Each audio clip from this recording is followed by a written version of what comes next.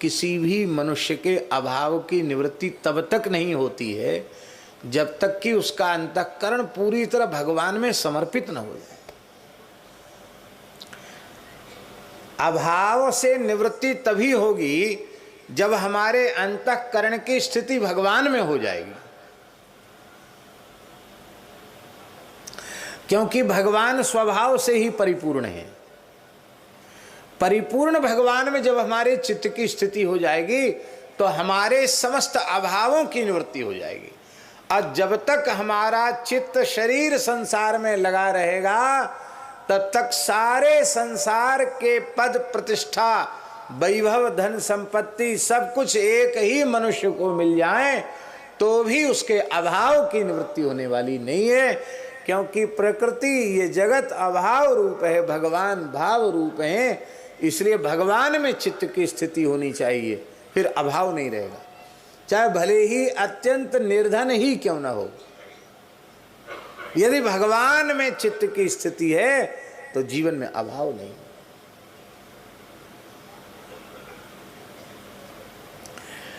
एक भक्त थे श्री ईश्वरदास जी चारण,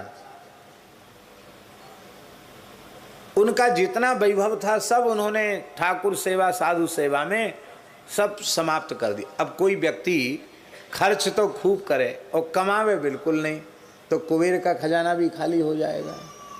सो जितना उनके पास धन था सब व्यय हो गया, एकदम गरीबी आ गई। और उनके राजा यजमान थे, पर राजाओं के नहीं जाते, बोले द्वारकाधीश भगवान का दरबार छोड़ के किसके पास जाना, राम राम करना, भजन करते थे। भक्त थे इसलिए अभाव का अनुभव नहीं था। एक बार ऐसी स्थिति आ गई कि घर में 3 दिन तक चूल्हा नहीं चेता, तो उनके बालक रो रहे थे भूख के कारण, तो उनके भजन में विक्षेप हुआ। उन्होंने अपनी पत्नी से कहा, हे देवी ये क्यों रो रहे हैं, भक्तानी इनको चुप करा। और बोले महाराज बालकों को क्या ज्ञान ध्यान सुना करके चुप किया जाए, तीसरा दिन है भोजन नहीं मिला इनको, आप कुछ करते नहीं भोजन का उद्यम, आप तो खाली राम राम करते हैं। आप भगवान से प्रार्थना की, बोले भगवान से अन्न जल के लिए प्रार्थना हम नहीं कर सकते हैं। हाँ, हम राम राम करो, बच्चों को भजन में लगाओ, भगवान की जो इच्छा होगी वही होगा। भगवान सर्वतंत्र स्वतंत्र हैं। ऐसे निष्काम भक्त। पत्नी भी विलक्षण भक्ता थी, आज्ञाकारिणी थी, उसने भी एक सुंदर नाटक किया। चूल्हा चिता के बटलोई धर दी, पानी धर दिया, खाली पानी अदन धर दिया, सामान तो कुछ है ही नहीं, खाली बटलोई पर बटलोई चढ़ा दी चूल्हे पर। और बालकों से कहा देखो तुम लोग कीर्तन करोगे तो सबको भोजन मिलेगा, जब खिचड़ी पक जाएगी तैयार हो जाएगी, और कीर्तन नहीं करोगे रोगे तो समझ लो किसी को खाने को नहीं मिलेगा। देखो बन रहा है ना, संतोष करो भजन करो। तो बालकों को हो गया कि हाँ कुछ ना कुछ तो चूल्हा चेता है और पानी खदक रहा है तो कुछ ना कुछ तो बनेगा ही। तो बालक सब कीर्तन करने लगे, श्री कृष्ण गोविंद हरे मुरारे, हे नाथ नारायण वासुदेव।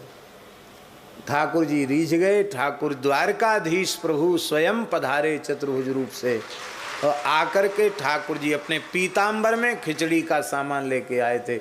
ठाकुर जी ने घर में खिचड़ी बनाई, अब फिर बोले अब आंख खोल के जीम तो लो, अरे खा तो लो, बनाई हमने, खा लो खिचड़ी। ठाकुर जी गोद में बैठ गए ईश्वरदास जी की, कहा बाबा कुछ मांग लो, कपोल पर हाथ रखा, बोले नहीं कुछ नहीं चाहिए। बार बार कहने लगे कुछ मांग लो, हमारा दर्शन अमोघ है, मांग लो। तो उन्होंने कहा अच्छा एक बात बताओ, हम मांग तो लेंगे, मान लो आप कहते मांग लो तो मांग लेंगे, पर जैसी कृपा अब हो रही है वैसी कृपा मांगने के बाद होगी। ठाकुर जी चुप हो गए, समझ गए कि नहीं। अभी गोद में आके बैठते हो, हमारे गाल पे हाथ धर के बाबा कछू ले लो, ऐसे इतना प्रेम करोगे। फिर बोले बर दे के बहु ठगे सकामी भक्त जाहू, फिर सकामी भक्तों को बर दे के ठग लिया है। हम बहुत चतुर हैं, हमको ठग नहीं सकते हो। भगवान बोले ठगने वगने की बात नहीं है, मांग लो, मेरी खुशी के लिए मांग लो। तो आपने कहा कि यदि आप मांगने का ही हट कर रहे हैं तो आप यह दीजिए कि आज के बाद आप कभी भी हमसे यह नहीं कहोगे कि तुम हमसे कुछ ले लो, यही दे दो। ऐसे निष्काम। और महाराज जी ईश्वरदास जी घोड़े के सहित भगवान के धाम को गए। आप सोचो, वे तो सदैह वैकुंठ गए। जिस घोड़े पर उन्होंने बैठ करके, जिस घोड़े ने उनको बहन किया, उस घोड़े को भी ऐसी सामर्थ्य प्रदान कर दी कि घोड़े के सहित वो भगवान के धाम को चले। भैया कामना,